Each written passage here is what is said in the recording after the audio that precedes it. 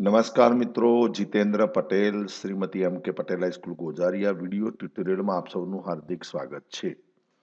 મિત્રો, અહીં તમે સ્ક્રીન ઉપર જોઈ શકતા હશો, ચાલુ વર્ષે ઇન્કમ ટેક્સ કેલ્ક્યુલેશન કરવા માટેની એક્સેલ શીટ આપણે બનાવેલી છે, જેની અંદર ડેટા નાખીને તમે જૂની સ્કીમ મુજબ તથા નવી સ્કીમ મુજબ ઇન્કમ ટેક્સ કેટલો થાય છે એ તમે સરળતાથી ગણી શકો છો. અહીં આ એક્સેલની શીટ ઉપર બંને શીટ આપેલી છે. નીચે તમે જોઈ શકતા હશો, અહીં લખેલું છે ન્યૂ સ્કીમ અને બાજુમાં લખેલું છે ઓલ્ડ સ્કીમ. તો ઓલ્ડ સ્કીમના આધારે પણ તમે કેલ્ક્યુલેશન કરી શકો છો અને ન્યૂ સ્કીમને આધારે પણ તમે કેલ્ક્યુલેશન કરી શકો છો. હવે આ શીટ વાપરવા માટે મુખ્ય જે સાવધાની જે રાખવાની છે એક જ છે મિત્રો, કે જ્યાં યલો સેલ આપેલા છે, પીળા સેલ, ત્યાં જ તમારે ડેટા નાખવાનો છે. બીજે કોઈ જગ્યાએ ડેટા નાખવાનો નથી.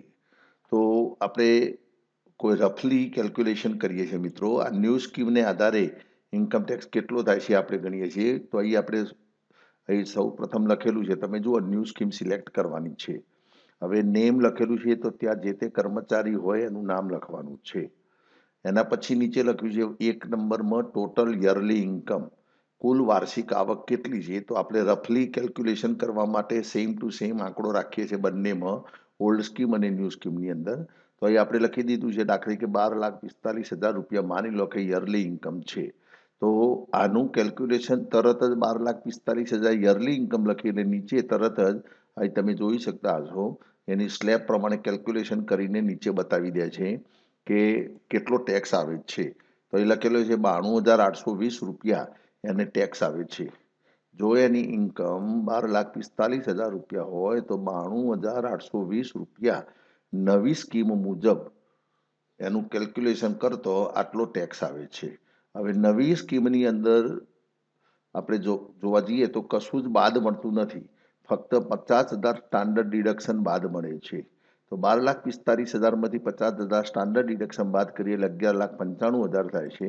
હવે આજે 11,95,000 થાય છે, એના ઉપર કેલ્ક્યુલેશન ઓફ ટેક્સ જુદા જુદા જે સ્લેબ આપેલા છે ઇન્કમ ટેક્સ વિભાગે, એના આધારે કેલ્ક્યુલેશન કરતો 0 થી 3 લાખ 0%, 3 લાખથી 6 લાખ 5%, 6 લાખથી 9%, 9 લાખ 10%, 9 લાખથી 12 લાખ 15%, 12 લાખથી 15 લાખ 20% અને એબો 15 લાખ 30%. આ પ્રમાણે ટેક્સ રેટ આપેલો છે કેલ્ક્યુલેશન કરવા માટે. તો આ પ્રમાણે અહીં જે 11,95,000 રફલી ફિગર નાખેલી છે આપણે, તો આના ઉપર કેલ્ક્યુલેશન કરતો તમારે આ રીતે 89,250 રૂપિયા ટોટલ ટેક્સ આવે છે.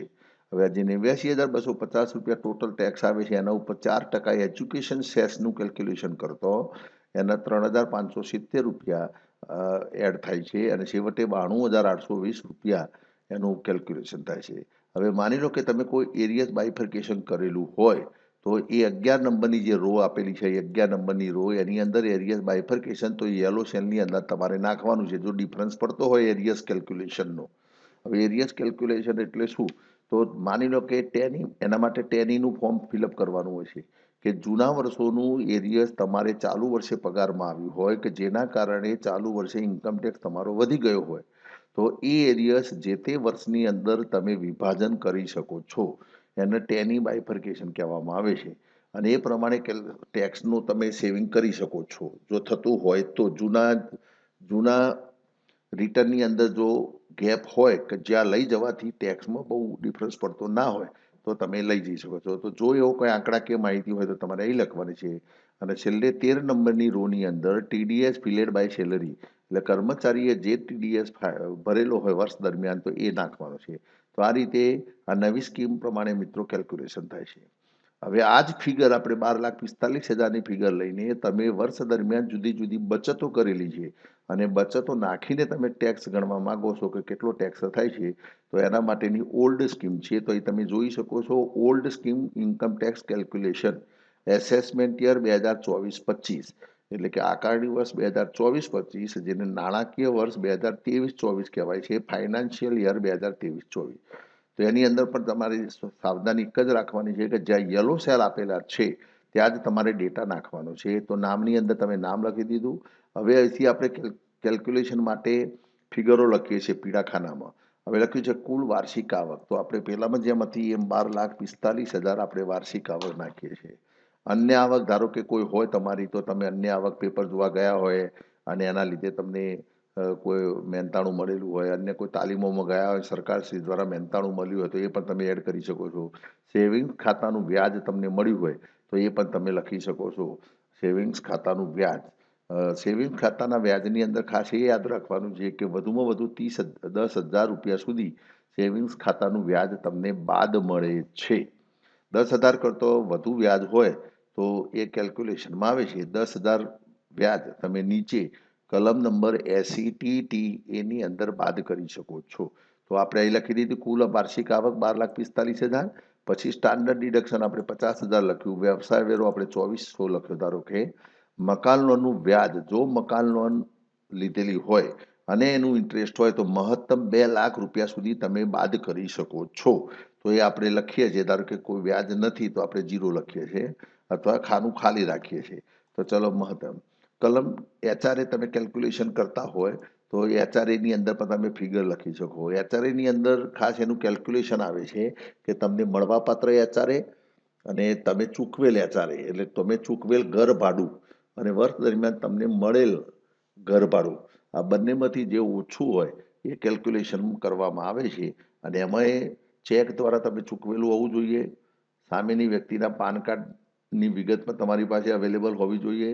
તો આ એમના બધા રૂલ્સ છે, તો HRA લખી શકો. ટ્રાન્સપોર્ટ એલાઉન્સ, અપંગ એલાઉન્સ પણ તમે લખી શકો છો.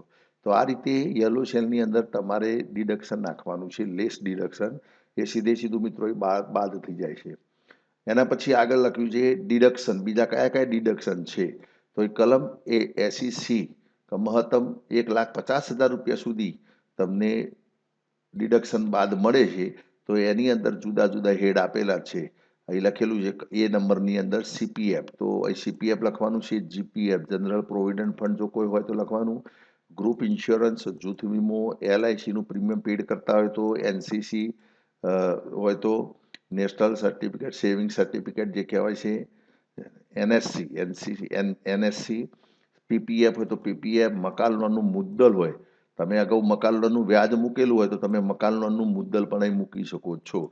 મુદ્દલ 1,50,000 રૂપિયાની અંદર બાદ મળે છે અને વ્યાજ છે હોય છે મહત્તમ 2 લાખ રૂપિયા સુધી. અહીં તમે જોયું મહત્તમ 2 લાખ રૂપિયા સુધી વ્યાજ સીધું બાદ મળે છે, જ્યારે મુદ્દલ 1,50,000 ની અંદર આવે છે. PLI એ લખવાનું. જીવન સુરક્ષા ફંડ હોય તો એ લખી શકાય. શિક્ષણ ફી બાળકોના માટે 2 બાળકો સુધી તમે શિક્ષણ ફી અહીં લખી શકો છો, તો શિક્ષણ ફી. ટેક્સ સેવિંગ FD હોય તો એ પણ લખી શકો છો. કલમ 80C હેઠળ અન્ય કોઈ રોકાણ હોય તમારી તો અહીં લખી શકો છો, અન્ય કોઈ રોકાણની અંદર.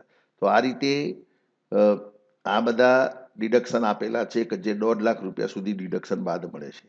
હવે માની લો કે તમારું ડિડક્શન 1.5 લાખ કરતો વધુ થતું હોય, ઘણું બધું વધુ થતું હોય, માની લો 2 લાખ થતું હોય અથવા 2 લાખથી ઉપર થતું હોય, તો તમે આ CPFની જે રકમ છે અહીં 50,000 અહીંથી ઉઠાવીને તમે આગળ નીચે ડિડક્શનની અંદર કલમ 80C.C.D.1B national pension scheme maximum till 50,000 રૂપિયા NPSનું આ જે એકાઉન્ટ છે એમાંથી તમે 50,000 રૂપિયા બાદ કરી શકો છો. જો તમારે બાદ લેવા હોય તો તમે CPFની રકમ 50,000 રૂપિયા ત્યાં બાદ લઈ શકો છો. પણ એ બાદ ત્યાં ધારો કે લીધેલી હોય તો એ તમારે એટલી ઓછી કરવી પડે. તો આ CPF, તો આ રીતે 1.5 લાખ રૂપિયાની બચત બાદ કરી. એના પછી બીજા જે બચતો છે એ પણ બાદ કરી શકાય છે. 1.5 લાખ રૂપિયા સિવાયની બચતો એ બાદ મળે છે. મેડિક્લેમનું પ્રીમિયમ જો ભરતા હોય તો વધુમાં વધુ 25,000 રૂપિયા સુધી મેડિક્લેમનું પ્રીમિયમ તમે પેડ કરી શકો છો. એના માટેનો નિયમ છે ચેકથી જ મેડિક્લેમનું પ્રીમિયમ અથવા ઓનલાઈન માધ્યમ દ્વારા, ગૂગલ પે, ફોનપે, ભીમ એપ્લિકેશન દ્વારા, નેફ્ટ દ્વારા, RTGS દ્વારા, ટૂંકમાં ઓનલાઈન પેડ કરેલું હોવું જોઈએ ચેક દ્વારા. SEDD અપંગ આશ્રિત માટે તબીબી ખર્ચ પણ તમે બાદ કરી શકો છો. એ સિવાય SAU અપંગ ખર્ચ 75,000 રૂપિયા સીધો બાદ મળે છે. અને એ સિવાય જો ડિસેબિલિટી 80% કરતો વધુ હોય અપંગ વ્યક્તિની તો 1,25,000 રૂપિયા સુધી એ બાદ મળી શકે છે અપંગ વ્યક્તિ માટે. પછી રિપ્લેસમેન્ટ ઓફ એજ્યુકેશન લોન વ્યાજ 80E ની અંદર લોનનું જો વ્યાજ હોય એજ્યુકેશન લોનનું વ્યાજ તો એ પણ તમે લખી શકો છો. પેન્શન સ્કીમ હમણાં જેમ વાત કરી એમ એનપીએસની એકાઉન્ટની અંદર 50,000 રૂપિયા સુધી બાદ મળે છે. એનપીએસ નેશનલ પેન્શન સ્કીમ, તો એ પણ 50,000 તમે બાદ લઈ શકો છો. એ 1.5 લાખની અંદર સીપીએફ બતાવેલું હોય તો એ સીપીએફને તમે અહીં લાવી શકો છો. એસસીટીટીએ સેવિંગ્સ ખાતાનું વ્યાજ મેક્સિમમ ટીલ 10,000 રૂપિયા સુધી બાદ મળે છે. તમે જો ઉપર સેવિંગ્સનું વ્યાજ મૂકેલું હોય, ઉપર અન્ય આવકની અંદર એના નીચે સેવિંગ્સ ખાતાનું વ્યાજ મૂકેલું હોય તો એ નીચે તમે કલમ એસસીટીટીએની અંદર સેવિંગ્સ ખાતાનું વ્યાજ 10,000 રૂપિયા સુધી બાદ લઈ શકાય છે, મેક્સિમમ ટીલ 10,000 રૂપિયા. માની લો કંઈ તમે વધુ લખશો, આપણે 25,000 લખ્યું તો પછી તમે બાજુમાં જુઓ 10,000 જ બાદ મળશે. આપણે એ પ્રમાણે કેલ્ક્યુલેશન કરેલું છે કે તમે વધારે ફિગર લખશો સેવિંગ ખાતાનું વ્યાજ છતાં બાદ તો તમને 10,000 જ મળશે.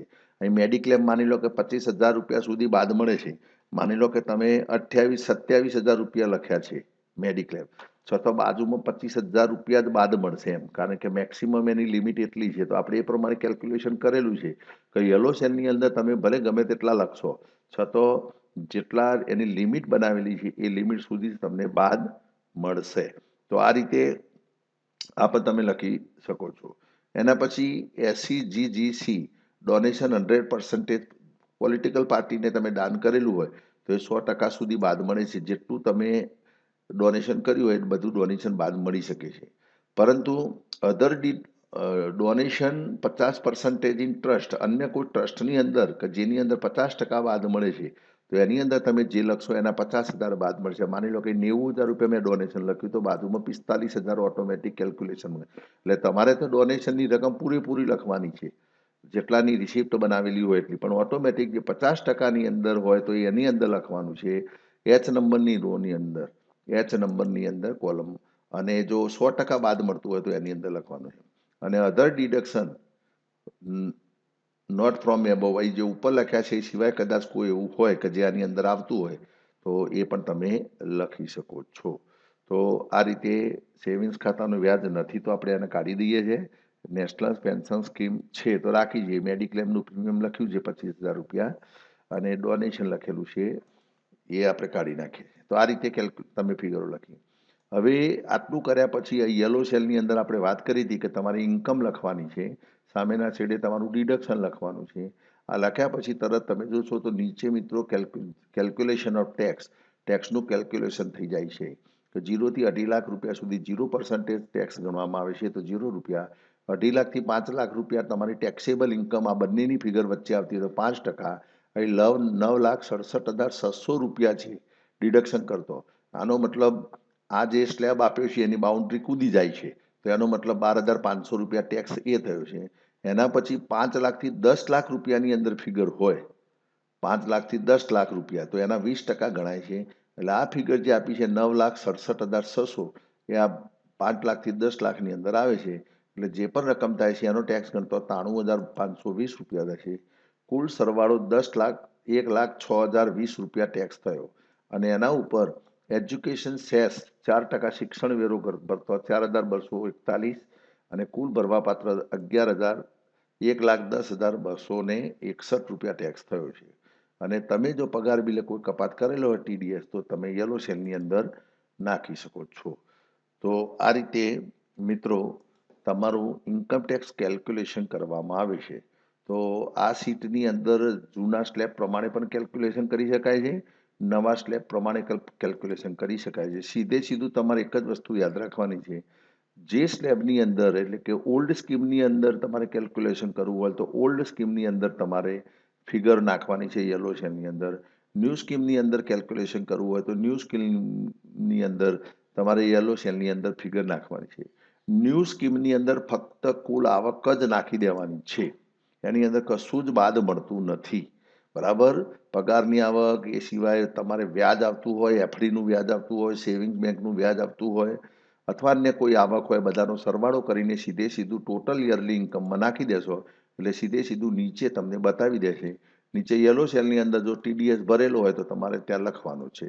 તો આ રીતે આ બંને શીટ મૂકેલી છે, તમે એનું પીડીએફ પણ મિત્રો તમે કાઢી શકો છો અને તમે પીડીએફ પણ આની બનાવી શકો છો. અહીં તમે ફાઇલમાં જઈને સેવ એજ કરશો તો અહીં તમે જુઓ આની પીડીએફ પણ આપણે તરત જ જનરેટ થાય છે કે જેની પ્રિન્ટ આઉટ તમે લઈ શકો છો. અહીં તમે પ્રિન્ટ PDF પણ અહીં આપણે બની જાય છે.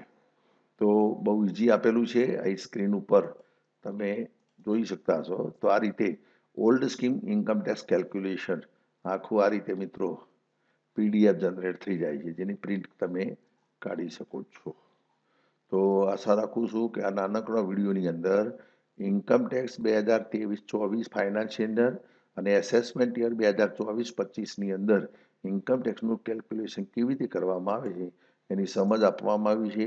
આ જ વિડીયોના ડિસ્ક્રિપ્શનની અંદર આ શીટની ડાઉનલોડ લિંક આપેલી છે, ત્યાંથી તમે એ શીટ ડાઉનલોડ કરી શકો છો અને તમે એનો યુઝ કરી શકો છો. આભાર. જય હિન્દ, જય ભારત.